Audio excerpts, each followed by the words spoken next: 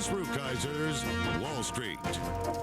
Brought to you in part by A.G. Edwards, providing a full range of personalized financial, retirement, and estate planning services. A.G. Edwards, trusted advice, exceptional service. Tonight, Lou's panelists are Frank Cappiello, Mary Farrow, and Martin Zweig. His special guest tonight is Abby Joseph Cohen, Chief Market Strategist of Goldman Sachs. Now, here's Louis Rukeyser.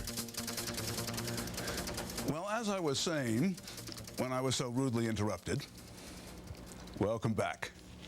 Or to be more precise, welcome old friends and new to the very first edition of a brand new television program, Louis Rukeyser's Wall Street.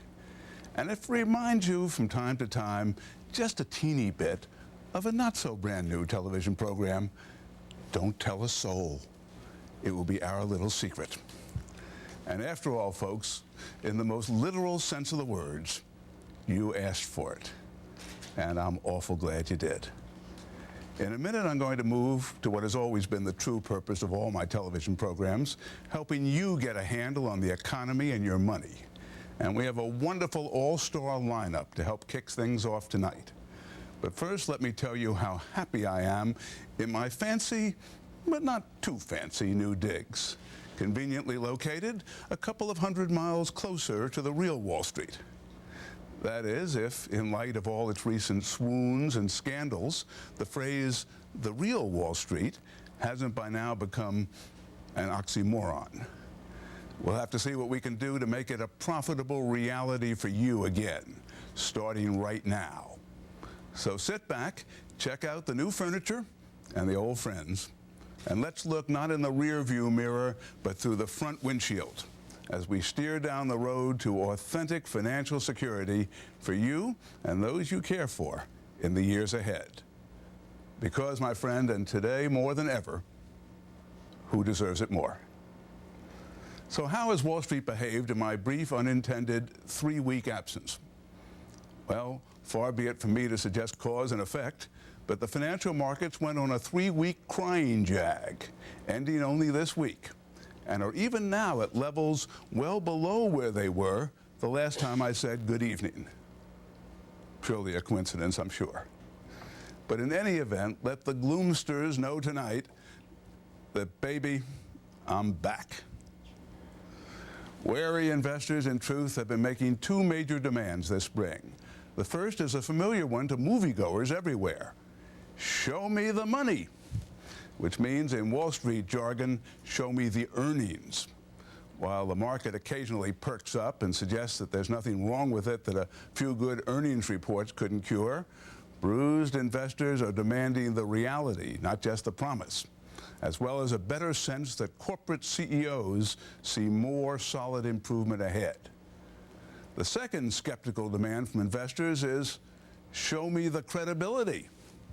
They're looking for assurances not only that there are at least some trustworthy accountants out there, but that the brokerage house division between fee-driven investment bankers and supposedly independent analysts, traditionally described as a Chinese wall, has not in fact become a see-through screen. Are these just passing bumps on the route to a much more profitable investment highway? Or are they more ominous signs of a permanent detour? That's one of the questions we'll seek to answer tonight in the company of 4 world-class investment experts. But first, let's see how Wall Street actually did perform in the week just past. And as the Dow Jones Industrial Average indicates, the market finally showed some signs of life, though its theme song for the week was really just Ruby Tuesday, when stocks had their best day in more than a month, after which they resumed going nowhere. For the week, the Dow gained just 66 points to 10,257. The broader indexes all joined the Dow in the plus column, led by NASDAQ, which pounced on better news from some technology giants. The ebb and flow of tensions in the Middle East was reflected in the world oil price, which rose more than 10%. But there were few signs of panic in other financial arenas. The dollar and precious metals were mixed, and Treasury yields rose only slightly.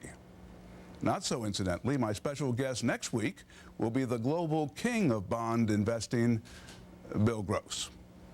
And if you sometimes got the sense this week that the industry's recent behavior was more suitable to a circus than to serious commerce, it turns out that you might be onto something. The Clowns of America International Convention was being held this week in Saratoga Springs, New York. And I'm told that nothing happened there that was any sillier than what's been going on lately in Wall Street. Frank Cappiello, what is it going to take to rebuild investor confidence?